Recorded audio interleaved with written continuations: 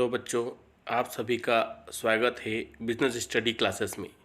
आज हम पुनः आपके सामने इम्पोर्टेंट क्वेश्चन की सीरीज़ लाए हैं, जिसमें हम देखेंगे आगे के इम्पोर्टेंट क्वेश्चन। तो चलिए हमारे साथ बने रहिए।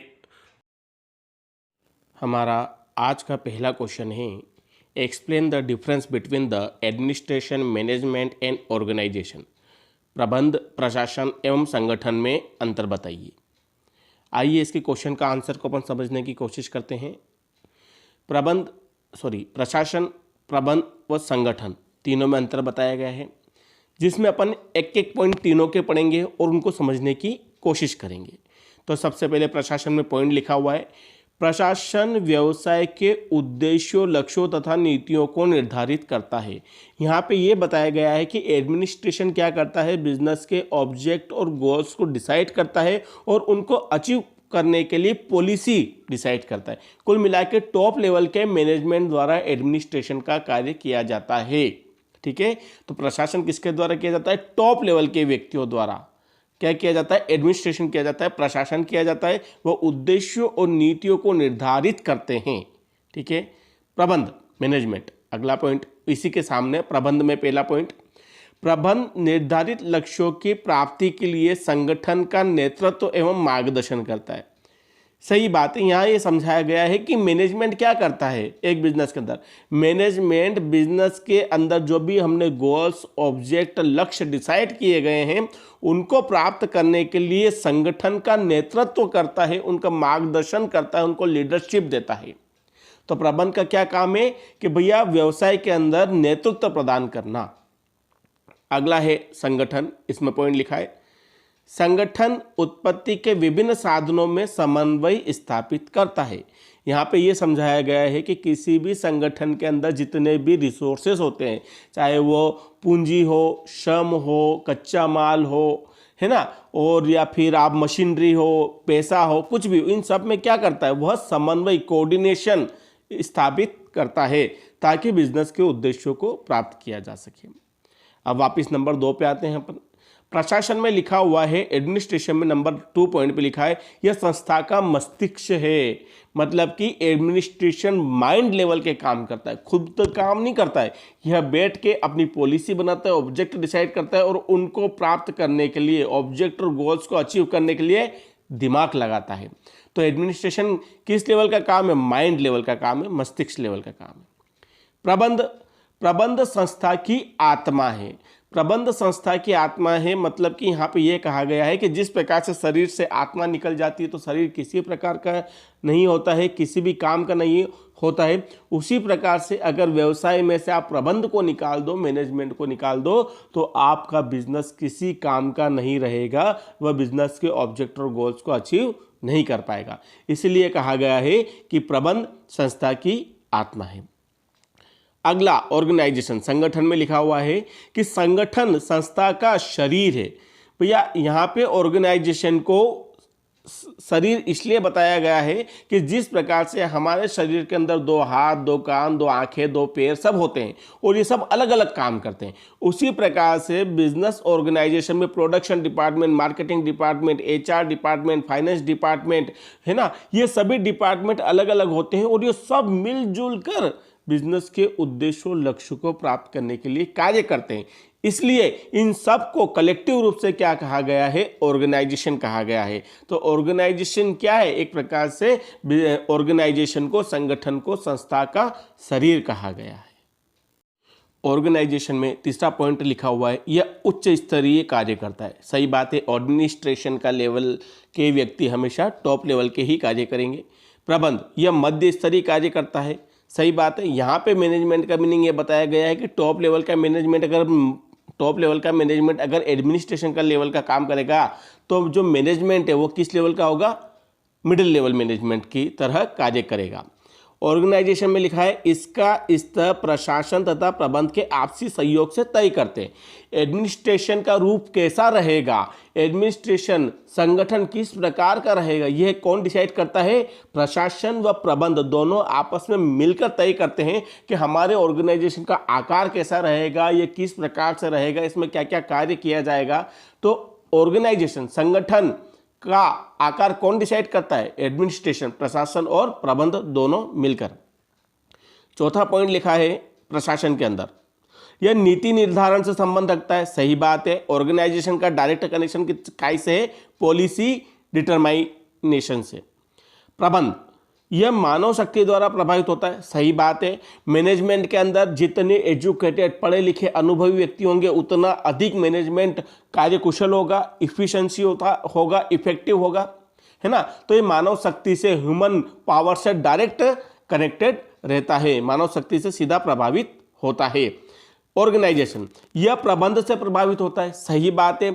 ऑर्गेनाइजेशन, एक बिजनेस, एक व्यवसाय कैसे डायरेक्ट से इफेक्ट होगा? प्रबंध से। अगर उसका मैनेजमेंट अच्छा होगा तो वो ऑर्गेनाइजेशन तेजी से ग्रोथ करेगा, अगर वो मैनेजमेंट खराब होगा तो वो ऑर्गेनाइजेशन धीरे धीरे लॉस में चला जाएगा।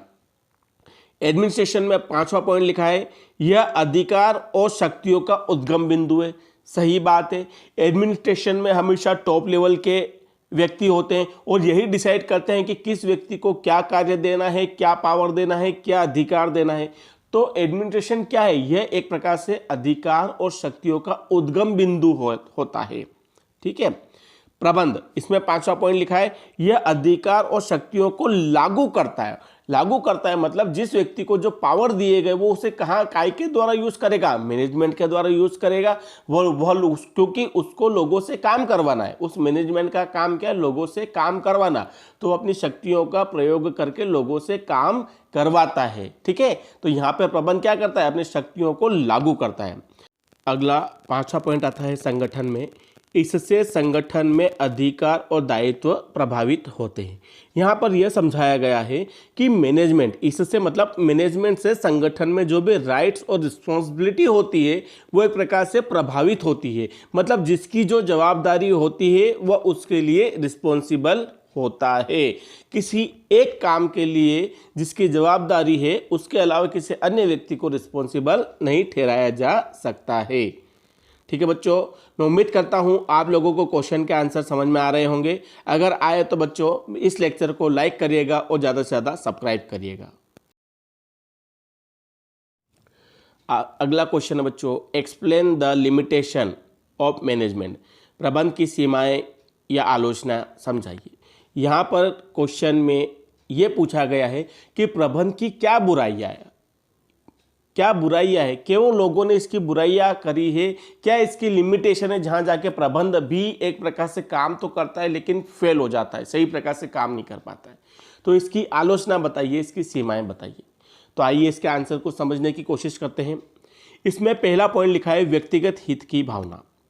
प्रबंध व्यक्तिगत हित की भावना से अत्यधिक ग्रसित रहता है। वर्तमान युग में प्रबंध उद्योग व्यवसाय के लाभ की बात बाद में सोचते हैं। सबसे पहले वह व्यक्तिगत हित और प्रगति पर अधिक ध्यान देते हैं।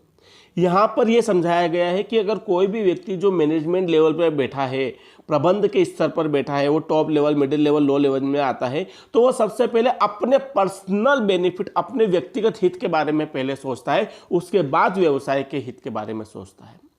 तो प्रबंध की पहली आलोचना क्या है कि यही है कि भैया जिस व्यक्ति को भी प्रबंध दिया जाता है उसके पास कुछ शक्ति आ जाती है, कुछ पावर आ जाता है जिसका उपयोग वो अपने व्यक्तिगत हित के लिए करता है, उसके बाद वह बिजनेस के हित के बारे में सोचता है।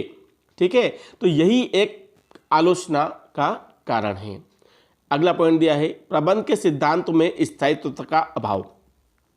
यहाँ पे ये समझाया गया है प्रबंध विज्ञान के सिद्धांत में स्थायित्व का अभाव है। मतलब कि प्रबंध के सिद्धांत स्थायी नहीं है। उपभोक्ता की रुचि एवं फैशन में तीव्र गति से परिवर्तन होने से आज जो सिद्धांत लागू होता है कल वही बेकार हो जाता है। यहाँ पे ये बताया, समझाया गया है कि प्रबंध के सिद्धांत स्थायी नहीं है। आज जो सिद्धांत लागू होगा जरूरी नहीं है कि कल भी वही सिद्धांत एज इट इज लागू हो। वही सिद्धांत जो आज लागू हो रहा है वह कल बेकार साबित हो सकता है ना। तो यहाँ पे समझाया गया है कि प्रबंध के जो सिद्धांत है, प्रिंसिपल है, वह स्थायी नहीं है, फिक्स नहीं है, परिवर्तनशील है। ठीक है। चलो तीसरा पॉइंट लिखा है मानवीय आचरण की स्वतंत्रता। मानवीय आचरण स्थायी न होकर परिवर्तनशील होता है।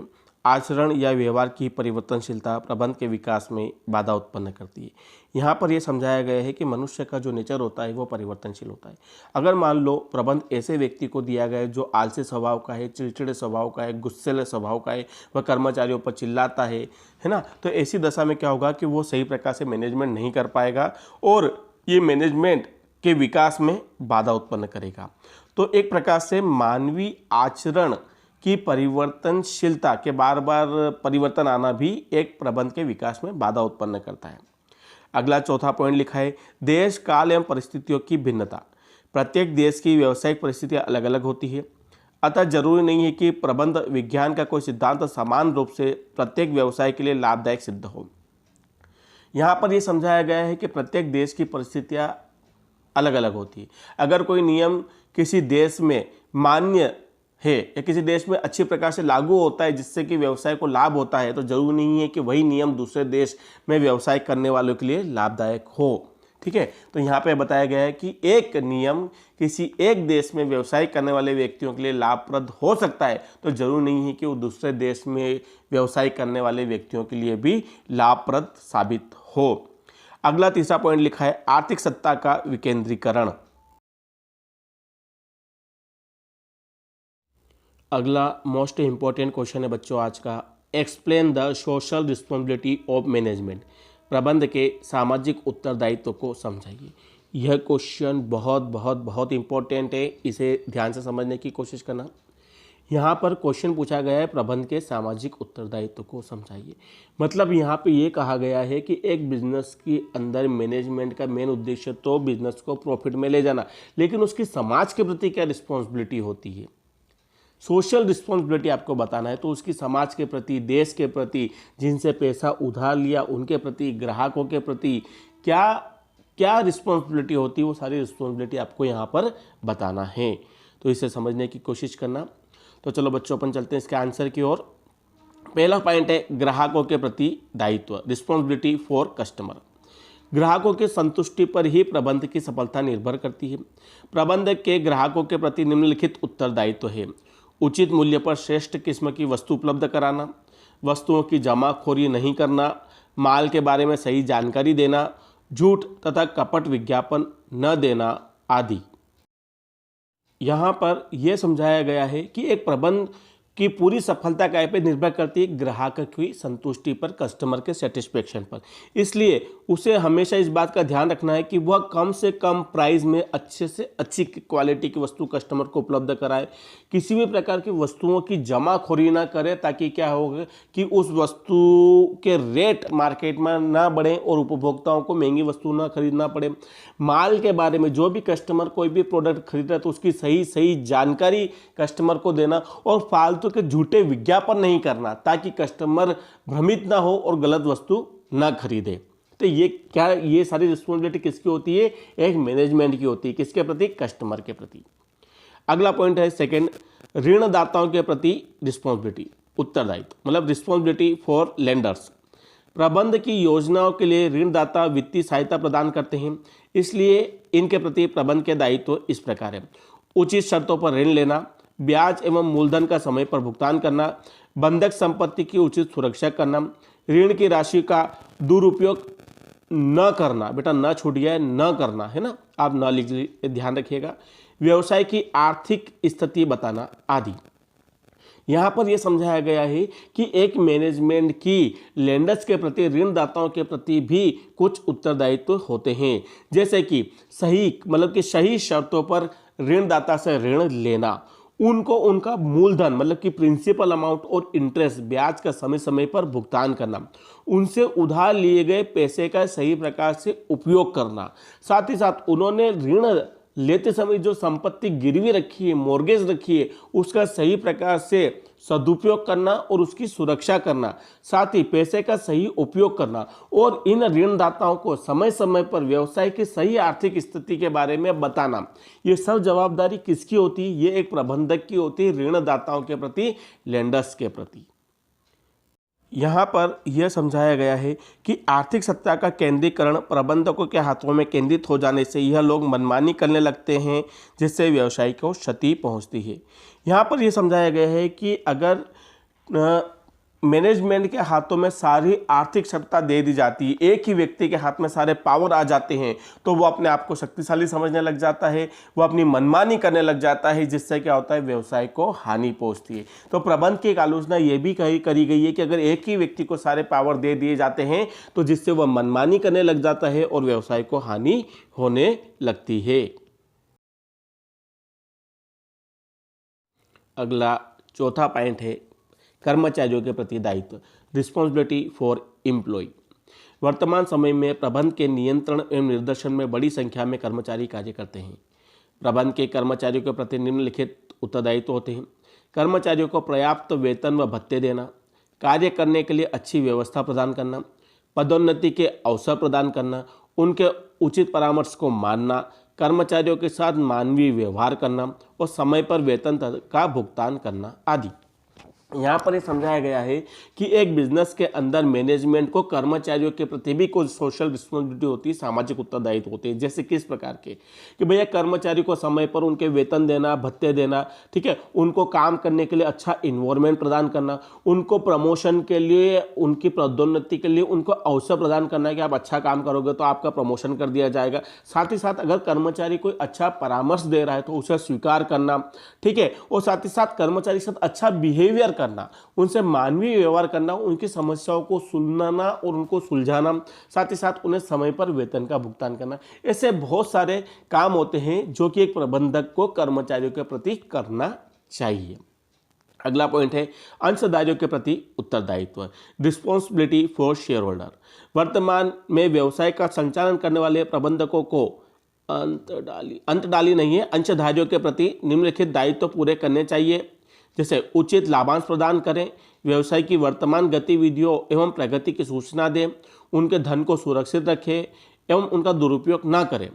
कंपनी प्रबंधकों का एक कर्तव्य है कि वह विभिन्न प्रकार के अंशधारियों के बीच अनुचित भेदभाव न करें आदि। यहाँ पर ये समझाया गया है कि एक प्रबंधक का व्यवसाय के बिजनेस के शेयर होल्डर अंशधारियों के प्रति भी निम्नलिखित दायित्व होते हैं कि उनके पूंजी की सुरक्षा करना, उसका सदुपयोग करना, उन्हें समय समय पर लाभांश देना तथा उन्हें बिजनेस की सही जानकारी उपलब्ध कराना और व्यवसाय में जितने भी प्रकार के शेयर होल्डर, जैसे equity share holder, preference share holder है ना, जितने भी प्रकार के शेयर होल्डर है उनके बीच में समन्वय स्थापित करना, उनमें भेदभाव उत्पन्न न करना। ये जवाबदारी भी किसकी होती है? एक प्रबंधक की होती है शेयर होल्डर के प्रति, अंशधारियों के प्रति।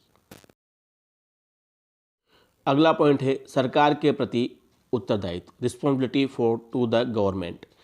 सरकार प्रबंध को सुरक्षा एवं आवश्यक सुविधाएं देता है, इसलिए सरकार के प्रति प्रबंधक के कुछ उत्तरदायित्व होते हैं। जैसे कानूनों एवं नियमों का पालन करो एवं शुल्क व करों का ईमानदारी से भुगतान करना, सही जानकारी उपलब्ध कराना, भ्रष्टाचार को बढ़ावा नहीं देना, सार्वजनिक संपत्ति का दुरुपयोग नहीं करना, अनुचित राजनीतिक हस्तक्षेप से बचना आदि। यहाँ पर यह समझाया गया है कि प्रबंध को सरकार से बहुत सारी सुविधाएं व सुरक्षा प्राप्त होती है, इसलिए प्रबंध के सरकार के प्रति भी कुछ जवाबदारी होती है। जैसे सरकार द्वारा बनाए गए कानूनों नियमों का पालन करना, सरकार को समय पर करों का मतलब टैक्स का भुगतान करना ईमानदारी से, साथ ही साथ सरकार जब भी बिजनेस की जानकारी मांगे उसको सही सही जानकारी उपलब्ध कराना, ऐसा कोई कार्य नहीं करना जिससे भ्रष्टाचार को, करप्शन को बढ़ावा मिले।